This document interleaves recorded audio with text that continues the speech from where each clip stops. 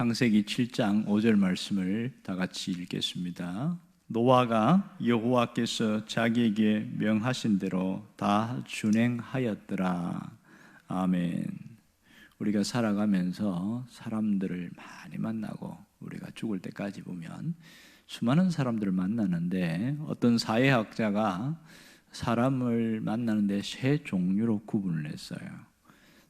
첫 번째 부류는 어떤 사람이냐면 풍경 같은 사람, 이렇게 분류했어요. 그러니까 사람들을 만나는데 그냥 어떤 풍경이 스쳐 지나가듯이 그냥 간단하게 만나고 지나가고 그렇게 있는 사람, 나와 관계가 별로 없는 그런 관계, 그런 얘기고, 두 번째는 기계적인 사람입니다, 이렇게 이야기합니다. 그것은 이제 우리가 어떤 식당에 간다든지 백화점이나 물건을 살 때에 어떤 점원들 이런 분들이 이제 그렇게 안내하고 그들이 얘기하는 것, 그렇게 만나는 사이를 기계적인 사람, 그렇게 분류했고, 세 번째는 사람 같은 사람, 이렇게 써놨어요. 그게 뭐냐 봤더니, 우리가 사람을 만나는데 또 내 속내를 털어놓을 수 있고 친밀하게 또 다가갈 수 있고, 이런 사람을 이렇게 분류를 해놨더라고요. 그러니까 사람에도 보면 세 가지가 종류가 있습니다. 내가 좋아하는 사람, 내가 싫어하는 사람, 좋지도 싫지도 않은 사람, 그렇게 분류가 되더랍니다. 이렇게 어떻게 사람이 좋아하게 되어지고 되는가, 그것은 어떤 분이 몇 가지를 특성이 있다고 그러는데, 사람이 사람과의 만남에서 좋아지려면 일단 자주 만나야 된다는 겁니다. 자주 만나야 그 사람을 이해하게 되어지고 그 사람의 또 속내를 들어주고 또 내 얘기도 하면서 서로 교류가 이루어진다, 이런 이야기합니다. 그런 가운데 또 잠깐 만나다가 이 사람은 나하고는 좀 너무 성격이나 성향이나 가치관이 다르다, 끊어지는데, 두 번째는 대화가 통하는 사람이 있어요. 그런 사람들은 제가 갈수록 좋다고 얘기합니다. 어떤 가치관이나 생각들이 같이 갈 때는 대화가 통하는 사람, 이런 사람들은 만날수록 참 좋지요. 더더욱 좋은 것은 거기에서 한 걸음 더 나가서 내 속마음을 얘기해 줬을 때에 받아줄 수 있는 사람, 그리고 마음이 편해질 사람, 내가 그렇게 어떤 얘기를 해도 저 사람은 다 받아주고 마음이 편안한 그런 사람이 있다는 겁니다. 이런 분들은 굉장히 오래 갑니다. 더더욱 중요한 것은 또 그 가운데서도 오래 지속되는 사람은 어떤 사람이냐면, 나와의 관계에서 약속을 끝까지 지키려고 하는 사람이 있다는 겁니다. 사람이 약속을 해놓어도 잘 못 지키는 거 있는 게 있는데, 약속을 하면 지키려고 굉장히 애를 쓰는 사람이 있어요. 그런 사람은 좀 약간 인격적인 실수나 허물이 있어도 받아주고 오래 간다, 이렇게 이야기합니다. 우리가 살아가면서 그런 사람들이 몇 사람만 있어도 우리가 살아가는데 참 우리가 훨씬 더 부드럽고 훨씬 편해질 수 있다 생각을 합니다. 성경에 보면 하나님도 이런 사람을 되게 좋아하더라고요. 그러니까 하나님과 자주 만나는 사람, 또 하나님과 통하는 사람, 또 하나님과 이게 어떤 하나님 앞 속내를 드러놓는 사람, 약속을 잘 지키는 사람, 이런 사람 하나님이 굉장히 좋아합니다. 오늘 성경에 이 노아가 바로 그러한 사람이다, 이렇게 표현됩니다. 노아가 이 하나님 앞에서 보면 하나님 얼마나 흡족했는지, 노아에게 대해서는 사실 뒷부분에 가 보면 이 노아는 좀 인격적으로 보면 흠도 많아요, 보면. 그런데도 지금 이 시기에서 굉장히 하나님이 흡족했는지, 그는 당대의 의인이요 완전한 자다, 하나님과 동행하는 사람이다, 이렇게 하면서 굉장히 높이 세워놓은 걸 볼 수 있습니다. 이 노아가 이런 사람이다. 그런데 오늘 5절에 특징이 나오는데, 노아는 하나님께서 말씀하신 것을 다 준행한 사람이다, 이렇게 써놨어요.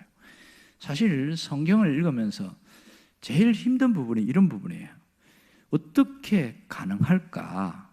하나님의 말씀대로 살아야 된다는 건 알기는 하지만은 그 말씀을 다 준행한다는 게 쉬운 일은 아니거든요. 그냥 한두 가지 정도는 들을 수 있어요. 그러나 다 하나님의 말씀을 따른다는 것은 정말 쉬운 일이 아닙니다. 지금 이 노아가 살던 시대의 가장 큰 문제는 뭡니까? 하나님의 사람들, 셋 계열의 자손들이 이 가인의 계열과 뒤섞여서 모두 다 타락해버렸다는 거죠. 더 이상 죄가 너무 가득해서 이제 가슴을 치면서 하나님이 아파하는 것을 한탄하였더라 이렇게 나옵니다. 하나님이 얼마나 근심이 되고 힘들어하는 부분인지, 마음 아픈 부분인지 알아요. 더더욱 그래서 고민하는 게, 이러한 사람 같으면 필요가 없다는 거예요. 그래서 쓸어버리기로 작정하셨잖아요. 그걸 노아한테 얘기를 합니다. 그러면서 노아에게 뭐라고 미션을 주지요? 딱 한 가지 미션 주죠. 너 방주를 만들어라. 그러면 그 당시에 배가 있었을까요? 없었을까요? 제가 노아 홍수에 대한 거나 방주에 대한 것 때문에 책을 읽어보니까 궁금하더라고요. 그 홍수 때 전에 배가 있었을까 없었을까? 소수의 그 강 같은 그런 데는 있고, 당시에는 지각 변동이 크지 않았기 때문에 5대양 6대주가 없었어요. 그러나 당시에 계곡이나 강들이 있어서 곡물을 실어 나르고 또 서로 물류 주고받고 하는 그런 수단으로 쓰는 작은 어떤 배는 있었다고 어떤 기록이 나와요. 그랬다는 걸 깜짝 놀랐어요. 그러니까 그들의 배는 뭐냐면 이 곡물을 실어 나르는 그런 단순한 운송 수단으로서만 배지, 노아에게 하나님이 준 미션은 그런 배가 아니었어요. 일단은 배가 작은 게 아니고 덩치가 어마어마하게 큽니다. 길이가 축구장 길이보다 조금 더 길 정도로 굉장히 길지요. 폭은 한 23m 되고 하니까, 높이가 내부가 3층이니까, 그러니까 바닥에서 높이까지는 약 한 4층 구조로 되어 있으니까 이런 배는 처음이지요. 있을 수도 없는 배고, 더 놀라운 것은 이 배에는 운전석이 없어요. 보통 보면 선장이 있는 방향타가 있고 밑에 뭐 이렇게 노가 있고 이렇게 있는데 아무것도 없는 거예요. 앞과 뒤가 똑같은 거예요. 운전수가 없어요. 그리고 이 배가 움직이려면 동력이 있어야 되잖아요. 그것도 없어. 아무것도 없어. 그냥 덩그러니 덩치만 큰 배, 3층 구조로 되어 있는 이 배를 만들려고 하는데, 근데 이 배가 보통 큰 배입니까? 이게 어마어마하게 큰 배인데 이걸 얼마 동안이나 만드나 계산을 해보면, 성경의 시간을 계산해 보면 약 100년간, 어떤 책에는 120년이라고 써놨기도 하는데 계산을 따져보면 한 100년 정도밖에 안 돼요, 보면. 그러니까 무려 100년 동안 방주를 만들었어요. 우리처럼 전기톱이 있는 것도 아니고 뭐 그런 연장이 탁월한 것도 아닌데 그 재래식 연장 가지고 방주를 만든다는 게 보통 일이 아니잖아요. 일단은 그 100년 동안 자기 아들 3명하고 함께 방주를 만드는 것 자체도 어마어마하게 힘든 일이지만, 한참 방주를 만들어가면서 이런 의문 좀 들지 않을까요? 진짜 홍수가 일어날까? 아들들이 물었을 거 아닙니까? 아버지, 홍수가 뭐예요? 한 번도 들어본 적이 없어요. 왜 그렇지요? 그때는 비가 안 왔어. 비가 온 적이 없어요. 비가 안 와도 모든 것이 잘 되고 아열대 식물들도 많고 다 풍족했으니까. 그러니까 비라는 것을 상상을 할 수 없는 거죠. 그리고 이제 시간이 다 돼서 한 100년 좀 돼서 이제 방주가 완성됐을 때 하나님이 두 번째 미션을 주죠. 땅에 있는 짐승들과 기는 것들, 하늘에 있는 새들을 암수 한 쌍씩 이렇게 방주 안에 들이라. 어떻게 했을까요? 그게 궁금하더라고요. 성경을 가만히 보면 노아가 일일이 돌아다니면서 사자, 표범, 코끼리 다 데려온 게 아니고 하나님이 방주로 끌고 왔어요. 둘씩 하나님이 지정한 짐승들이. 그리고 노아는 들어오면 배치만 하면 되는 거예요. 무게가 많이 나가는 이 짐승들은 1층에 놓고 좀 가벼운 짐승들은 2층, 3층에 놓고 뭐 이런 식으로 이렇게 해서 배치만 할 정도로, 그렇게 하면서 그 가운데 중간에는 뭘 얘기하냐면 곡식을 준비해라 그럽니다. 사람이 먹을 양식과 이 짐승들이 먹을 이 곡물을 준비하라는 겁니다. 그것도 보통 일이 아니죠. 어떻게 했을까? 그러니까 노아의 평생은 방주를 만들고 방주 안에서 살 수 있는 모든 음식과 이런 것들을 준비하는 이것이 전부였어요.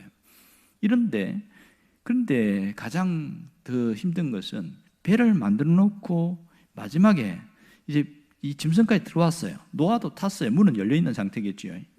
이럴 때에 무슨 생각이 들까요? 진짜 비가 안 오면 어떻게 되나? 여러분 어떻게 됩니까? 만일 방주를 만들어 놨는데 홍수가 안 일어나면 어떻게 돼요? 진짜 100년에 걸쳐서 했던 모든 것이 도루묵이 되어지는 거죠. 그런 상당한 의구심이 들을 가능성이 많더라.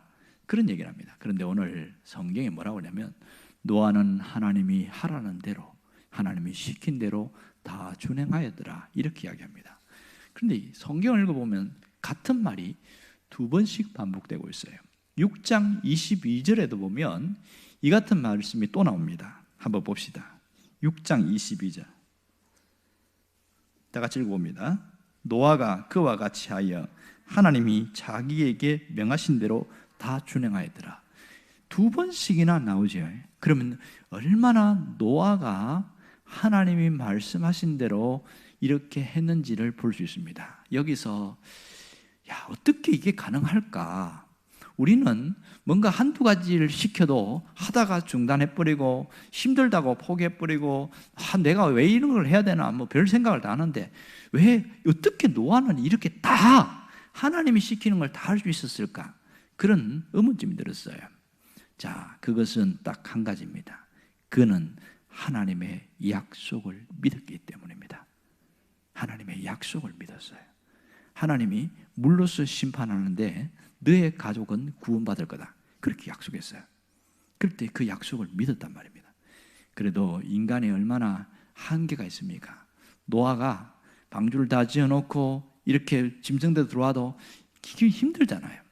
그때에 하나님이 언제 홍수가 일어날지를 알려줬어요. 그것이 7장 4절입니다. 한번 보세요. 자, 다 같이요. 지금부터 7일이면 내가 40주야를 땅에 비를 내려 내가 지은 모든 생물을 지면에 썰어버리리라. 자, 여기에서 두 가지를 이야기하는데 언제 홍수가 날 것인지 그것에 대해서 이야기합니다. 지금부터, 지금 이 다 들어오고 난부터 딱 7일간의 기간을 주는 거예요. 그때에 방주에 이제 모든 것 다 완성할 수 있도록 하나님 기간을 줬고, 진짜 하나님이 하시는구나. 노아의 인내가 심히 바닥나지 않도록 하나님이 그걸 보여줬어요. 그리고 비가 오는데 얼마나 비가 내릴 것인지를 알려줬어요. 40주야니까 생각해 보세요. 40일 동안 밤낮으로 비가 쏟아지는데 이 하늘에 있는 그 어마어마한 구름대가 다 떨어져 쏟아지고 땅에 있는 이 지하수가 다 터져가지고 막 나오고, 그러면서 전체 집안이 막 이렇게 치마가 일어나고 또 융기도 일어나고 이렇게 구조가 지각 변동이 일어나죠.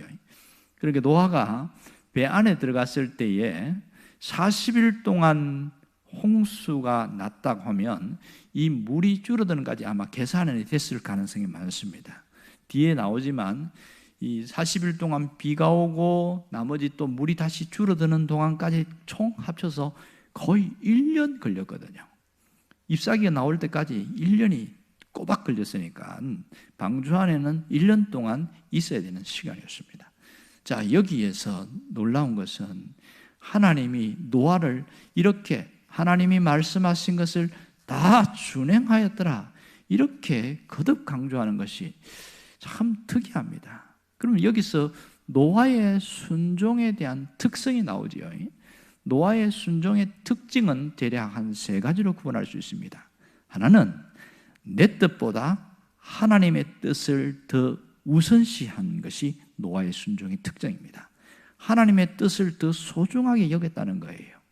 또 하나는 이 노아는 하나님을 전적으로 신뢰했기 때문에 순종할 수 있었다는 것이지요. 그리고 세 번째는 하나님의 말씀을 온전히 믿었습니다. 이 점이 대단히 중요하죠. 하나님이 하신 말씀을 온전히 믿었기 때문에 순종할 수 있었다는 겁니다. 그러면 우리는 어떠냐는 거예요. 우리의 현실은 어떻습니까? 우리는 얼마만큼 순종하고 있습니까? 정말 순종은 어렵습니다. 해본 사람은 알지만 목사님 순종하기가 너무 힘들어요. 이 사람은 진짜 해본 사람이에요. 순종이 정말 어려워요. 어떤 분이 그 블로그에 쓴 글을 읽어봤는데 아마 대학생인 것 같아요. 이분이 자기가 하나님 앞에 믿음으로 살겠다고 결단하고 또 하나님 말씀대로 순종하겠다고 그렇게 했나 봐요. 그런데 이제 대학생들에게 가장 고통은 뭐냐면 등록금입니다. 등록금이 보통의 액수가 아니잖아요. 처음 방학하자마자 등록금 걱정해야 돼요. 알바를 해도 한계가 있으니까, 워낙 비싸니까 그리고 그 이 자매는 읽어보니까 부모가 그렇게 도와주는 처지는 못 되나 봐요. 자기가 자력으로 등록금을 마련하려고 하는데 아무리 돈을 벌고 애를 쓰는데도 한계가 있나 봐요. 그래서 방학은 지나가고 거의 개학 날짜는 다가오는데 등록금을 준비가 안 된 거예요. 하나님 앞에 간절히 기도하고 또 기도하고 그렇게 해서 놀랍게도 자기 주변에 아는 분들이 얼마를 또 이렇게 도와주고 자기가 그동안 벌은 것을 가지고 모아가지고 등록금을 딱 냈더니 4만 원 남더래요. 근데 4만 원을 가지고 한 달을 이렇게 살아야 되는데 이게 너무너무 걱정이 되더라는 겁니다. 어떻게 사냐고요. 말이 상식적으로 말이 안 맞죠. 요즘은 우리가 기본적으로 나가는 통신비나 기본적으로 써야 되는 돈을 생각하면 그 40만 원 갖고도 한 달 살아가기 어려운데 어떻게 사냐. 이것 때문에 굉장히 마음에 고민이 되고 이렇게 믿음으로 사는 게 정말 어렵구나. 하나님 말씀대로 순종하는 것은 정말 어렵구나. 거기서 더 고민하는 건 뭔지 아세요? 여기서 헌금을 하고 싶은데 돈이 없잖아요. 어떻게 한다는 거예요. 그래서 그 사람이 이왕 모자란 거 그냥 내가 하나님 앞에 드릴 건 드리자. 이렇게 3만 원 모자라나 4만 원 모자라나 10만 원 모자라나 모자란 건 다 모자라는 거다. 이러면서 그렇게 결단하는데 이분이 마지막에 쓰는 게 굉장히 감동이었어요. 자기 자신이 순종하고 살아가려고 하는 그것이 구약에 나오는 베세메스로 가는 암소처럼 내가 그렇게 가렵니다. 이렇게 마지막에 쓰는데 맨 마지막이 마음에 짠하게 제가 와닿았어요. 현실은 순종하기 어렵고 상황은 안 좋아진 현실인데 그래도 베세메스에서 눈물을 뚝뚝 흘리면서 죽으러 가는 암소 있잖아요. 그런 모습으로 나는 하나님께 순종함에 가렵니다. 이렇게 써놨어요. 마음이 울컥했어요. 나도 그렇게 어려움을 겪고 등록금 때문에 고민도 많이 하고 한 적이 있지만 이렇게 살아가는 게 얼마나 어려운지를 제가 겪어봐서 알거든요. 순종은 정말 어렵습니다. 그렇기 때문에 하나님은 순종하는 자를 굉장히 기뻐하셔요. 영적 성장의 비결은 순종에 있습니다. 내가 좀 신앙적으로 성숙하고 성장하고 싶다. 거기에는 순종이라는 관문을 통과하지 않고는 불가능하다는 겁니다. 신앙의 꽃은 순종이다. 어떤 분이 그렇게 이야기했어요. 정말 맞는 말이지요. 신앙 성장의 지름길도 순종이고 하나님이 가장 기뻐하는 것도 순종이더라. 진실로 믿음으로 살려고 하는 사람들은 순종을 배우고 순종을 훈련하고 순종을 향해서 나아가야 된다. 그것이 우리가 모든 것을 뚫고 나가는 길이라고 이야기합니다.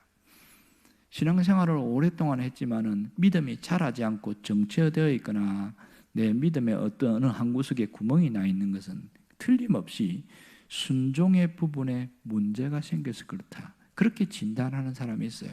사실은 보면 맞습니다. 형편이 어떻고 환경이 어떻고 내 현실이 어떻고 이렇게 쭉 이야기를 하는데 그것은 사실은 순종 안 하려고 하는 핑계에서 오는 경우도 많더라. 이런 얘기를 합니다. 정말 순종이 생각보다 쉽지는 않습니다. 그런데 순종하긴 하는데 두 가지 순종이 있는 거 아세요? 하나는 법적인 순종이 있고 또 하나는 은혜로 하는 순종이 있어요. 법적인 순종은 뭐냐면 하나님이 하라고 하니까 마지못해서 억지로 어쩔 수 없이 하는 것을 법적인 순종이다 이렇게 말합니다.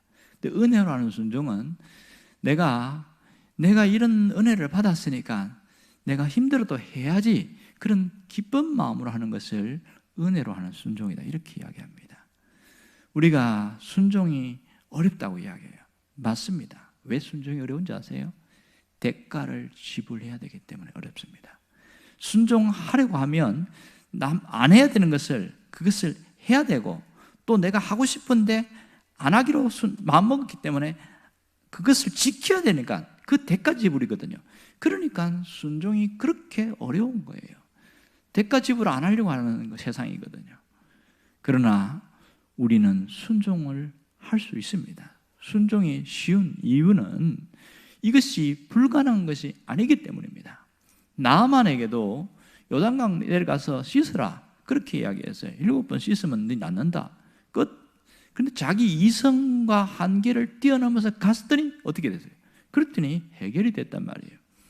엘리사에게 그 선지 생도, 그러니까 신학생 중에 한 분이 남편이 죽었어요. 빚을 지고. 그랬더니 부인이 와서 우리가 지금 이 빚이 져서 아들 둘이가 팔려가게 생겼다고, 종으로 팔려간다고 그랬더니 그릇을 빌려와라 이렇게 해서. 이거 어려워요, 쉬워요? 할 수 있는 일이잖아요. 그래서 온 동네 가서 빌려올 수 있는 만큼 최선을 다해서 그릇을 빌려오고 시키는 대로 하는 거죠. 집에 뭐 있냐니까 기름병이 남아있는 거예요. 먹다 남은 기름병. 그게 전부예요. 그래? 그러면 거기서 그릇에 계속 부어봐라. 놀라운 것은 선지자 말대로 했더니 계속 기름이 거기에서 차오르는 거예요. 그러다가 마지막 그릇에 딱 붓고 나니까 기름이 거쳤더라 그랬습니다. 순종이 어려운 건 아닙니다. 불가능한 건 아니라고요. 하기 싫어서 못하는 것이지 불가능한 건 아니더라. 그러면 어떻게 하면 나도 순종하고 싶은데 어떻게 하면 순종할 수 있느냐? 그것은 다윗처럼 하면 됩니다. 성경에 보면 그 통일 왕국에 사울과 다윗이 극명하게 나타나는데 순종에서는 정확하게 보여주고 있어요. 자, 사울은 하나님이 그 이스라엘 중에서 지명해서 뽑은 왕이에요. 그러니까 얼마나 괜찮은 왕인지 알겠지요? 그도 2년 동안은 상당히 하나님 앞에 잘했어요. 그런데 왕이 되고 나서 마음이 변해버렸어요. 가장 크게 변한 것은 하나님과의 관계성에 마음이 변했어요. 내가 왕인데 그것이 너무 컸습니다. 하나님이 중요한 미션을 줍니다. 사무엘을 통해서 저 아말렉이 출애굽할 때 이스라엘 백성들을 집요하게 괴롭히고 그렇게 힘들게 했는데 내가 이들을 드디어 썰어버려야 되겠다. 그렇게 하나님이 결정하신 거예요. 이걸 누구한테 시키냐면 사울 왕에게 시켰어요. 그래서 예 하고 갔어요. 사울은 순종한다고 애를 썼어요. 그래서 가서 아말렉을 싹 썰어버렸어요. 진짜 시킨 대로 다 썰어버리고 죽이고 그렇게 다 했단 말이에요. 그런데 거기에서 부하들도 얘기하고 자기 눈에도 보기에 그 중에서 그 양들과 짐승들 뭐 이런 거 보니까 괜찮은 게 굉장히 많은 거예요. 누군가가 이야기했겠죠. 다 죽이면 아깝지 않습니까? 이거 일부를 들여갖고 하나님께 제사도 드릴 수 있고 그렇게 하지 왜 다 죽이려고 합니까? 말 들어보니까 맞거든. 그래서 다 죽이는 가운데 일부를 남겨놓고 그렇게 했단 말이에요. 그런데 나중에 사무엘 선지자가 와서 대노합니다. 왕은 어떻게 해서 불순종을 하냐고요. 그럴 때 나온 말이 유명한 말이 뭐예요? 순종이 제사보다 낫다. 이거 하나님께 제사 드리려고 하는 건데요. 하나님은 그거 원치 않는다는 거예요. 근데 사울은 깜짝 놀란 게 자기는 순종을 했다고 생각하고 한 거지 이게 불순종이라는 건 상상도 한 적이 없거든요. 내가 시키는 대로 다 했잖아요. 이렇게 얘기하는 거예요. 근데 사무엘이 이야기하는 것은 왕께서 정확하게 하나님이 말씀하시는 대로 들어야지 왜 하고 싶은 것만 하고 안 하고 싶은 거 안 하고 그럽니까? 그게 뭐냐고 그랬더니 하나님은 이 아말렉 전체를 다 쓸어버리는 겁니다. 그래서 사람부터 짐승까지 다 죽여야 됩니다. 그걸 인제서 이야기하냐고.